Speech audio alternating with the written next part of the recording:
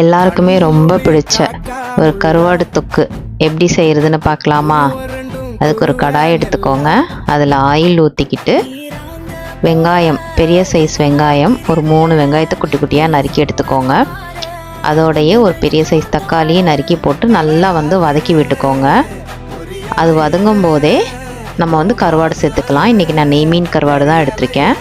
நல்லாயிருக்கும் டேஸ்ட்டு. அதையும் சேர்த்து நல்லா வதக்கி விட்டுக்கோங்க. கொஞ்சம் நேரம் மூடி வச்சிங்கன்னா கொஞ்சம் கருவாடு அதோட கரைஞ்சிரும். அதுக்கப்புறமேட்டு நம்ம காரத்துக்கு மிளகாத்தூள் சேர்த்துக்கரலாம். வேணுன்ற அளவுக்கு உங்களுக்கு எவ்வளோ காரம் வேணுமோ அந்தளவுக்கு சேர்த்துக்கோங்க. உப்பு சேர்க்க வேண்டாம், கருவாடில் உப்பு இருக்கும். நல்லா போட்டு மசிகிற அளவு கிண்டி விட்டுட்டு கொஞ்சம் மூடி போட்டு மூடினீங்கன்னா இந்த மாதிரி எண்ணெய் பிரிஞ்சு வரும். நம்ம எண்ணெயிலேயே கிண்டி எடுத்துட்டாலே சூப்பராக இருக்கும். நல்லா இந்த மாதிரி வதக்கி விட்டிங்கன்னா அந்த கருவாடு அதில் கரைஞ்சி அது இருக்கிற இடம் தெரியாமல் அவ்வளோ அழகாக சூப்பராக ரெடி ஆகும். இதே மாதிரி நீங்களும் ட்ரை பண்ணி பார்த்துட்டு எப்படி இருக்குன்னு எனக்கு சொல்லுங்கள்.